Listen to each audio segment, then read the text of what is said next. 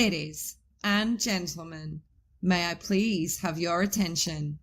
The show starts in 10, 9, 8, 7, 6, 5, 4, 3, 2, 1. You are now live with BB3 TV.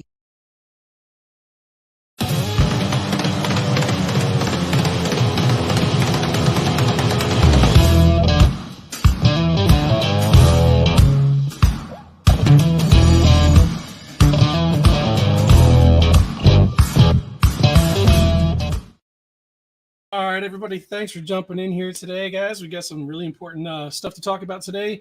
We're going to talk about the medical scenarios, real world medical stuff that's going to happen out there in the field, or may happen, hopefully doesn't. While we're gearing up for this show, guys, chime in here in the comments section. Tell me where you're watching from. As always, I'd like to know who's watching. Put your name up there, because sometimes it shows up for me as Facebook user. So if you can just put your name in there, tell me who you are, where you're watching from, and we'll get this show on the road. I'd like to say a huge thank you to BB3 TV for hosting us, as always. Great friends over there. And a huge thank you to Taryn Kerper over there at Paranormal Brew and those who help us out over there, too. So we appreciate you guys. If you can, please, guys, this is very important information. I get a lot of questions about this. Hit that share button, please. Get this out. A lot of people need to see this because it's very important. It's actually the most important part of running a Civil War reenactment, or any reenactment in general. So by all means, please hit that share button. We're going to jump into a couple of things here before we get started with the purpose of this and this show. I just want to take a moment and say thank you to a very special person who really kicked in for us and really saved our butts. Jim Fox. He put 25 years in with the GAC doing their emergency management plan, and he came through for us in a time of need, and really pulled us out of the pits of hell. So a huge thank you to Jim for helping us, get the permit situation squared away with both Cumberland and Highland Townships. As always, you guys know that I like to talk a little bit about the rumor mill before we get started. And of course, we got some doozies floating around right now, don't we? The best one yet is, I heard you're not going to have any water. Okay, class. By a show of hands, how many of you here are dumb enough to actually believe that we're not going to have water at a Civil War reenactment in the at the end of June, moving towards July, 90-degree weather? Show of hands, how many people are dumb enough to believe that? I don't think any of you are raising your hands. So let's nix that one. And contrary to the way our other folks who are putting on an event, they're the official event, by the way. Yeah, I think that's the funniest thing. They are the official Gettysburg reenactment, by the way, guys. I got that memo. So I guess we're not official, but they are. So definitely check them out. Anyway, we're using a company called Shane Water. Shane Water is providing us with 2 6,000-gallon tankers. We're going to have plenty of water on site. So, and I didn't plan this out. I didn't put any maps up for you, but what I wanted to do is show you kind of on the maps where things are going to go. But it's really simple. There's going to be water points everywhere. There's going to be water troughs. John Andy made some really cool water troughs for you guys over there at the Cav area for your horses.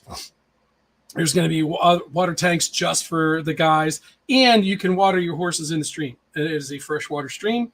It is a very clean stream, and it's safe to water your horses in. So there's not going to be any shortage of water for that. Also, we're going to have water points in the middle of the battlefield, concealed, but you'll know where they are for reenactors' sake and things of that nature. So you have quick access to water. Now, guys, I cannot emphasize this enough. It is June. It's going to be hot. Okay. You've got to be hydrating. So don't come to the event and think, 2 days before, I'm just going to start pounding water. No, don't do it that way. I'm telling you, you're going to become a heat casualty. Let's try to avoid that. Please start drinking water weeks before. You should be doing it now. You should be drinking a lot of water now. Dave, I don't know if you can hear me. I see you down there, but you got to get some of your devices connected and we'll bring you in.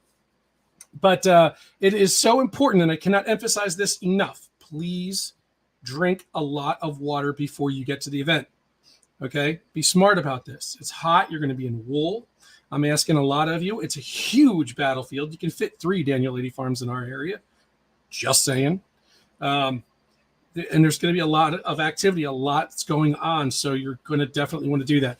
Also, start going out for walks. Condition yourself to be moving around a lot. Okay.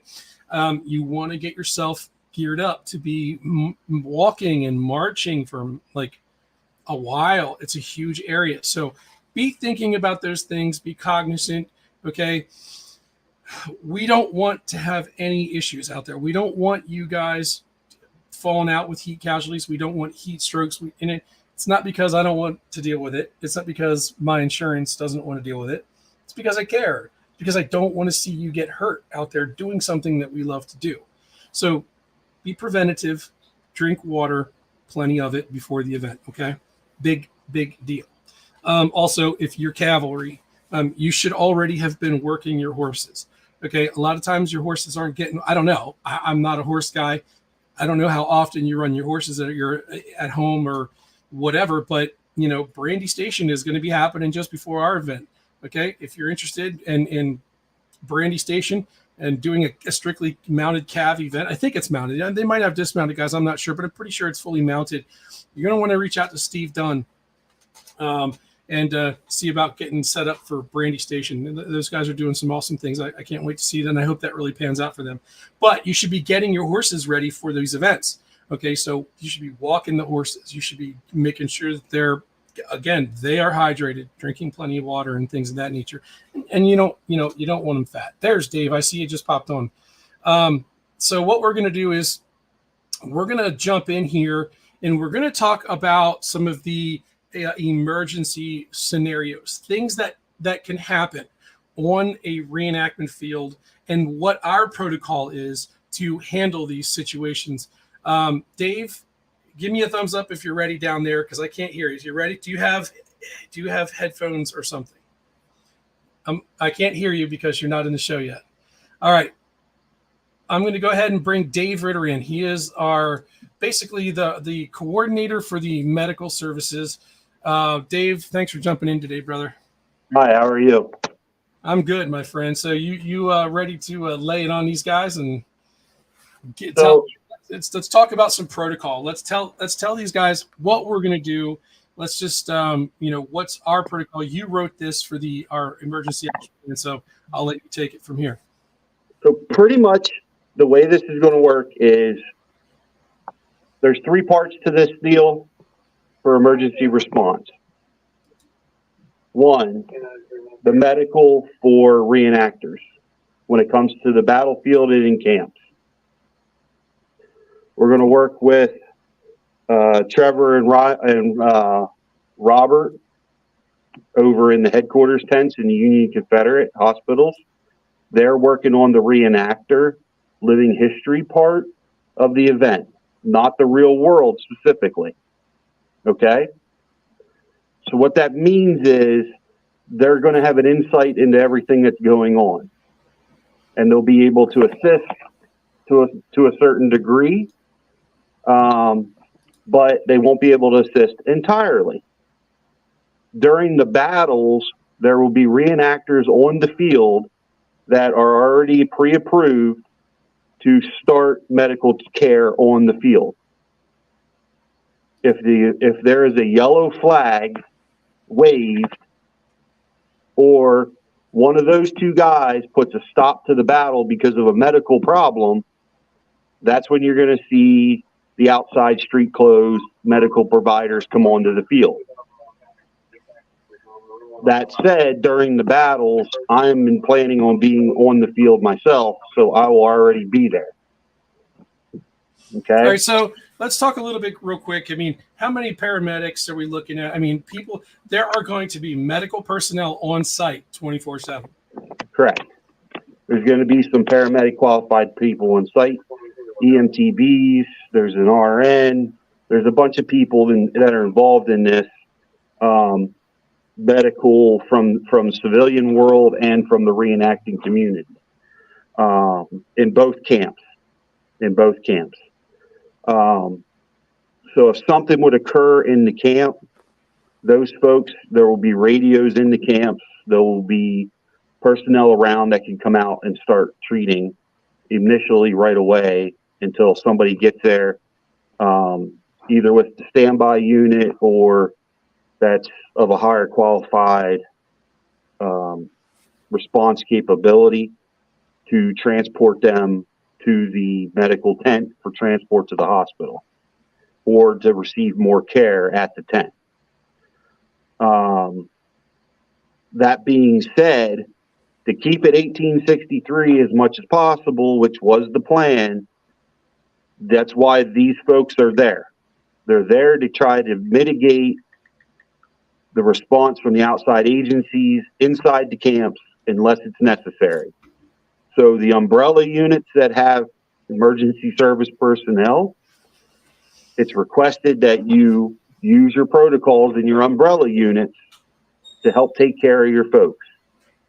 That means making sure they're hydrated. That means making sure that, you know, if they have a medical condition, that you know what it is. Make sure you print out, and if you don't have one already, you can get one. I think Dustin's working on that for the website too, of getting an actual like patient history medical card that you can print out, fill out, keep it on you during the event. When you're on the field, you're out walking around, keep it on you. Put it in one of three places: inside your breast pocket of your coat, in your haversack, or in the front pouch of your cartridge box. Those are the three places: inside your coat, breast pocket, cartridge box, or in your haversack. That will be where people will look if they do not have the information, if you go unconscious or any other type of heavy medical situation occurs. That will be a big help to everybody. During the battle for the reenactors, so you know, if it is something, you have a twisted ankle, you pulled a muscle, something that's minor, they're not going to stop the battle for that. They're going to keep it going. They're not saying that they're not going to help you get treated or get you off the field, but the battle's going to keep going. Notification will be made, and somebody will get there to you on the field, and somebody from off the field will come in to help get you off the field then. But the battle is not going to stop for a hurt ankle or a twisted knee or a pulled muscle. Okay? If it's a major medical event, then it's going to stop.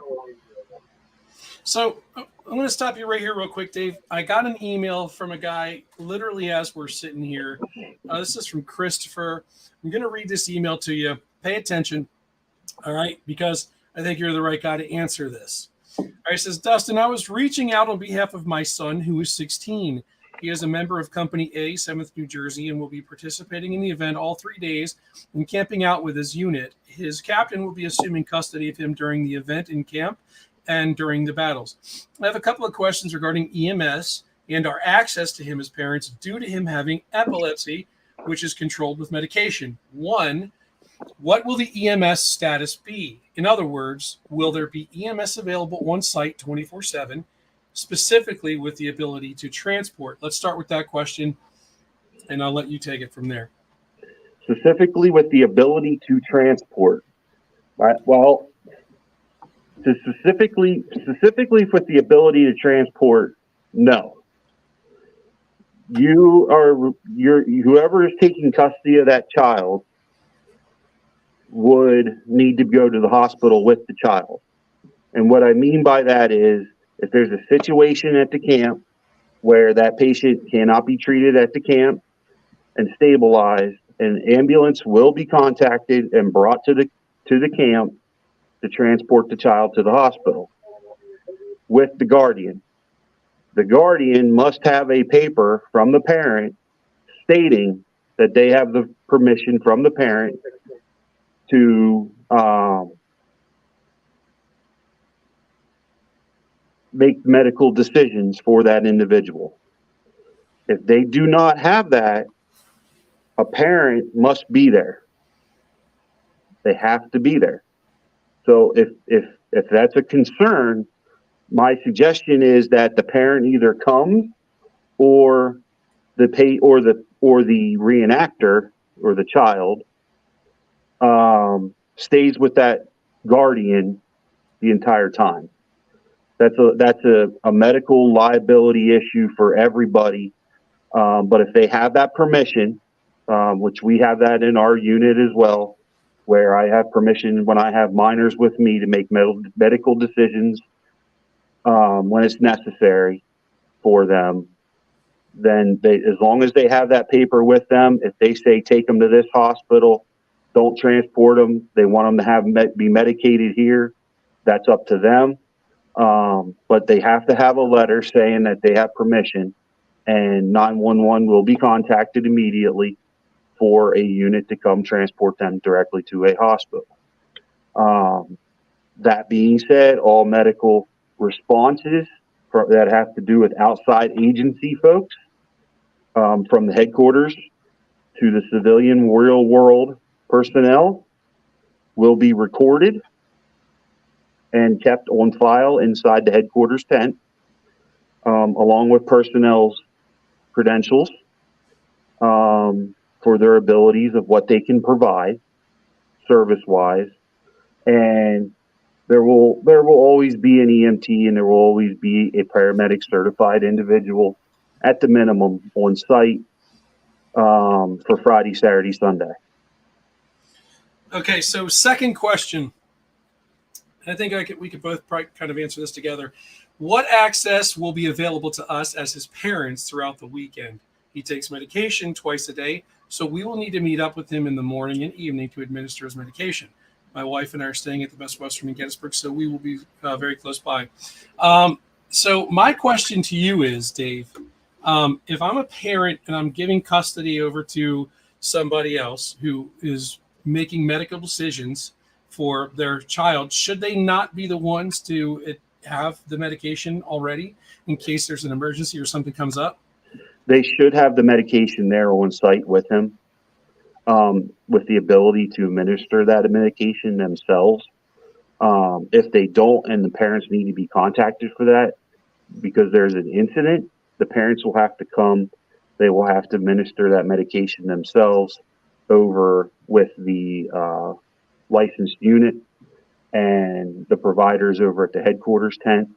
And if they choose not to go to the hospital for whatever reason, or to be transported by their parents, they will have to complete a medical Department of Health medical patient refusal form that they're making those decisions for that patient to not be transported. So this is not something that's just as simple as saying, hey, here's my kid, he's got medical issues, I need access to him. I mean, this is way far more involved, than just essentially leaving it up to us. Right. You know what I mean? There's a lot of things that these folks need to do. And what I'm going to do is I'm going to forward you this email, and I'll let you personally answer him because you're going to answer it way better than I am. Sure. So I will let you handle that. But I also think that if they need access to him, they can have access to him anytime they want. He can meet them out in the parking areas. And they can establish that however they choose to. If they want to meet, they want him to be over at the headquarters tent at a specific time in the morning, then they can work that out between him and his guardian that he's over at the tent so they can meet him there. I mean, it's not far from the road. It's within 100 feet of the road. If that they can park their car, they could come over, they could do what they need to do with him, and then they could take off if that's what they choose to do. My suggestion is, and it always is, that if that's the situation, that the parents stay on site as much as possible at the event, regardless if they have somebody that's taking care of them over in the camps. But that way they're already on site, that if there is a problem, they get a phone call, they can come right over to where he's at immediately, because they know him better than anyone else. Exactly. Which is also additionally part of the reason why we want the umbrella units to follow their procedures for first aid and medical care inside their units, because you know your folks inside those umbrella units and in your company better than anybody does. So if you have somebody like we do that has epilepsy, we know how he is, we know how to treat him, we know what his signs are, where we need to send him to the hospital, or we can just let him process what he's going through and move on. So that's part of the big reason why we want, as a primary reason why we want the umbrella units persons to do what they're supposed to do. Everybody has policies, procedures, their own insurances, bylaws they have to follow, and we want the personnel in the groups to have a piece of the involvement, helping their friends, helping their fellow reenactors, the way that they have it written up in their protocols, their policies. That way, when we get there, they have their information ready for us. We can have our information ready for the transfer, and we can start providing whatever services we need to as quickly and efficiently as we can. We don't want to try to keep any kind of a break if something happens to someone from them getting care that they need from a camp, the field, wherever, to the hospital tent, to the transport unit. This is designed to mitigate the time and keep a time trail, keep a time structure, so that way we don't lose minutes. Minutes count whenever somebody's having a real emergency, especially, and we want to try to mitigate that and keep that as minimal as possible. Absolutely. So we are also, just so folks know, we also have the capability of bringing in life flight helicopter. There is going to be a landing pad marked out close to the medical headquarters. So again, immediate care, like Dave just said, minutes count, seconds count, and we're taking all of this, every detail, into consideration. Yeah, and that includes when the battles are going on. The regiments, the umbrella units, they're encouraged to, each one of them, to bring a yellow flag out onto the field, keep it furled up. If there is an emergency, that should be the only oddball flag flown on the field. And it would just be simply a yellow flag. You can attach it to a stick. You can attach it to a regular flagpole. I don't care. However you want to do it. That way it's waving. We don't want to see it just hanging. We want to see it waving. Many of the umbrella units I know use those flags already and have them. So, go with what you know to do the right way. And we all know, and we've all used different color flags. This event's no different. It's kind of a standardized thing where if it's an emergency, a yellow flag is flown on the field. That'll help get everybody to that area and notify everybody that, hey, that's an actual emergency. We need to stop the event too. So that plan's already in effect. Trevor and Robert, folks know that. The Confederate commander knows that. I think the Union commander is aware of that as well. I would hope so by now. Now at this point, he's aware of it. But yeah, the yellow cloth flag, I don't care if it's polyester, I don't care if it's cotton, just as long as it's yellow and it flies, and that's very correct, doesn't matter. Go ahead. All right, so there's things that reenactors, we've experienced this stuff in the past. Okay, when it comes to reenactors, like in injuries that occur due to maybe, I don't know, let's just call it negligence. Okay, you need to ensure, and this is unit commanders, it is paramount that you are doing your weapons inspections thoroughly. Okay, if a weapon is questionable, it sits. Okay, we don't want to have what anniversary event was it where a gentleman actually fired a live round into another reenactor? Which one? Weapon, yeah, It's happened before a couple times. okay, but these weapons were not correctly checked. I don't care if somebody comes in, if it's an officer who comes in and he has a revolver that's already loaded. I don't care. Somebody needs to inspect that to ensure that it is only black powder. There are no projectiles. It's no gray area. All right. Yep. The other part with medical, as far as the public goes, the battles are going to be moving around, so there's going to be some aid stations set up that are portable for the spectator areas, and then there's going to be some aid stations set up in some other areas as well. I think Dustin said about over right in the middle, or near the middle of the whole area where the living history is going to be. We're going to put one in there, concealed, but it'll be there if we need it for something. Marty has a question for you here, Dave.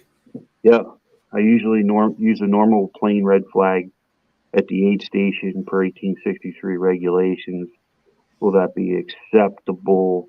It will be stationary. I don't know, Marty. I'm not familiar with who you are at this point.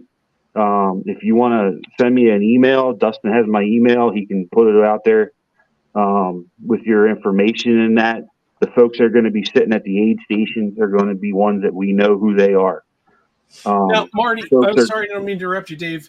Yeah. Marty, are you medically trained, like in the real world, or is this just for the reenacting scenario? And let's be very clear, guys. We are talking about two completely different things. There are medical scenarios that are going to be taking place that we're reenacting. Yep. Okay. Completely separate. So what we're talking about right now is actual real world medical scenarios, real world medical situations that require real world medical attention. So if you're talking about just, for your 1863 and just reenacting, anything that you do that's period correct is good. You do what you do. I don't want to know the first thing about medical in the Civil War, except that they didn't give you anything for pain and they cut your stuff off right there. Just, ow. Yeah. But whiskey's a beautiful thing. I don't know. But in terms of real world situations, what Dave's talking about is within the living history area, the medical living history area, we are going to have concealed real world aid stations. So that way you're never going to be far away from medical assistance. Okay. We have this very well thought out and very well covered that anything happens, you are seconds away from medical assistance. Okay. So just for the scenario, I'll be manning the aid station on the field. Red flags indicate aid station and field hospital. That's totally different, Marty. That totally has to go. That has to go to Trevor and Robert. That has nothing to do with this. On the field, we are using a yellow flag for emergencies. Those two guys are coordinating that. There's another post from 3 days ago, I think, that they put up about that. So I would direct you to talk to them in reference to that. Okay. As far as the aid stations that are going to be out for reenactors, you're going to know. You're going to know where they're at. There's no way you're not. There's going to be canopies put up during the battles around the spectators area where there's going to be aid stations. I think from what I understand, the way it's laid out and the way I see it, they're probably the only canopies that are going to be in that specific area at the time. And they're definitely the only ones that are going to have specifically some items there. But there will be guys out on carts during the battles and in between battles, patrolling, checking things out a little bit. Guys will be out on foot, walking around, checking things out. So and again, we're using the folks that are in camp. There's going to be folks in camp, so folks will know who they are. They will know where they can go to get help if they need help.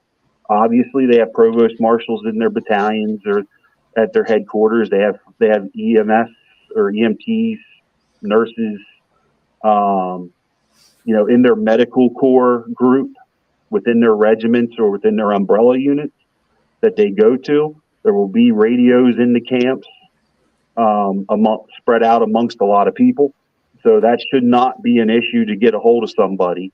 And all the radio channels are going to be monitored, and cell phones are going to be turned on. And this is all in coordination. We're coordinating all of this with security. What folks should know is this at the headquarters tent. There's going to be a lot of things going on. There's going to be a lot of electronic things going on that nobody sees, unless you're literally inside the tent with those specific people. The folks that are coming to help or keep that stuff in check and keep it organized, paperwork, radio communications, all that stuff. They're very good folks. They're from Pennsylvania. They know the systems. They understand FEMA and they understand PEMA very well. So, organizationally, it's pretty well in check for that. Absolutely. And also, guys, just so you're aware, during the battles themselves, there are going to be ambulances on site. So there will be a medical unit available an hour before the battle and an hour after the battle, just to ensure that if something happens, you can be transported in quick time. If necessary. But something I want to make... We will be using the 911 system. The local system will be getting used, and the local agencies will be getting utilized to transport patients primarily, as much as possible, to keep that unit at the site the entire time, to provide care on site the entire time that they're there. Now, something that I want to clear up. All right. I just got a message. Somebody messaged me through private message. They said, Dustin, you said that there aren't going to be people driving around during the event. What I want to be clear on is no, that's not going to be happening. What is going to happen is you won't see these people. Okay, there's going to be carts that are going to be stationed in places that can get to you quickly if need be, but they're not going to be driving around, right. Because I'm very, very particular about this. Okay, and I've listened to the complaints and I've listened to concerns of people, and I'm doing my best to address these. But still, we will not sacrifice anybody's safety that's yours as a reenactor or spectators, because safety is absolutely paramount, and we're not going to sacrifice that just because we want to make sure that we're keeping an 1863 atmosphere. Yes, that's very important to me, but you getting out alive is very, very much more important to me than any of that. So, right. Yes.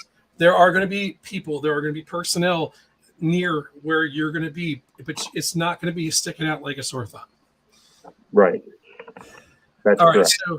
So Marty says there will be a small fly on the field during the battle, as long as everyone knows yellow is a real life scenario. Should be okay. I'll talk. Yeah, you're good about that. Don't worry too much about that stuff. All right. Is there going to be cool down stations? The cool down stations, you should be coming hydrated for this event. And if you're a spectator, same thing. You should be coming hydrated to come watch the event, walk around the event. It is June. It's the middle end of June. So it's going to be hot. Everybody knows this ahead of time. As far as cool down stations, what I believe they're referring to, there are misters that are being worked on, trying to be obtained at this point in time to assist with some of that. But that's really your responsibility as an individual to come hydrated and be prepared to go out in the heat for an activity or an event somewhere. If there's a medical problem and then you need to come to the medical tent, that is where things will occur that can help you cool down if it's necessary. But it ultimately, it's up to you. If you want to bring a bladder and wear it on your back that has cold water in it to suck, to drink on or suck out of the hose, that's fine. It's a very large area, so nobody should be going anywhere without water to begin with, across the board. When you leave your camp, you should go with a canteen. When you come out to the event and you go walking through, if you're going to go walk to a camp and you're a spectator, you should take a bottle of water with you, at least one bottle with you. So everybody's encouraged, bring a water bladder for the day. Right. There's not a ton of shade. We are setting up spectator areas against lines of trees. We're doing our best to keep all of this in consideration. But the fact of the matter is, guys, we're all adults. Right, and those that aren't have children that you're responsible for. So you already know. Okay, be smart about this. Think ahead. Be prepared, and drink water. Beat the heat. All right. Don't play games with it because you'll lose. That's a fact. All right. And hey, we'll be there to help you out. I mean, our staff is well equipped and ready to go, but they don't want to have to if they don't need to. As far as fire response goes, it's pretty easy to explain. Same thing. If you're a reenactor and you're in an umbrella group or you're in a camp, you should take care of it. Help take care of each other, help take care of your camp. It's the summer. You should have water buckets near your fire. You should have water buckets in your camp somewhere, in case something does start to catch on fire. It's very easy to conceal a multi-class fire extinguisher in a red box or in a box that's marked fire extinguisher in some fashion inside your camp that your folks know what it is. Again, we're trying to mitigate this. There is going to be fire extinguishers in both camps. I'm not saying that we're not going to make sure that there is, because we are going to make sure that there is. But you should try to have a bucket of water somewhere in your camp close to your campfire, or two, or however many you feel like you need to have to feel comfortable. That's fine. If you want to put a bucket of water down your street, they've done that in the past at different events. Different units still do that. That's acceptable. Safety is number one. We don't want fires to get out of control. So, make your cooking fires appropriately. Don't go trying to make big ass bomb fires. And burn down trees, because if you do that, there's going to be a whole lot of upset people at you. Specifically Ken, and that's not something you want. Right. Yeah, yeah. Don't want to piss off Ken. No. Yeah, there will be fire response there during the day for different things, and during the battle, obviously. But we will conceal fire extinguishers in some of the camp areas, so there is fire extinguishers in the camps. But if water's free, it's very accessible, and it puts out all the types of fires that we're going to possibly could have. It will put out a fire. So, I mean, God's greatest extinguishing agent. So just be smart about things, guys. Common sense. Let common sense rule the day here. You don't want anything. There's company streets are laid out by military standards. Those military standards, they were in place for a reason.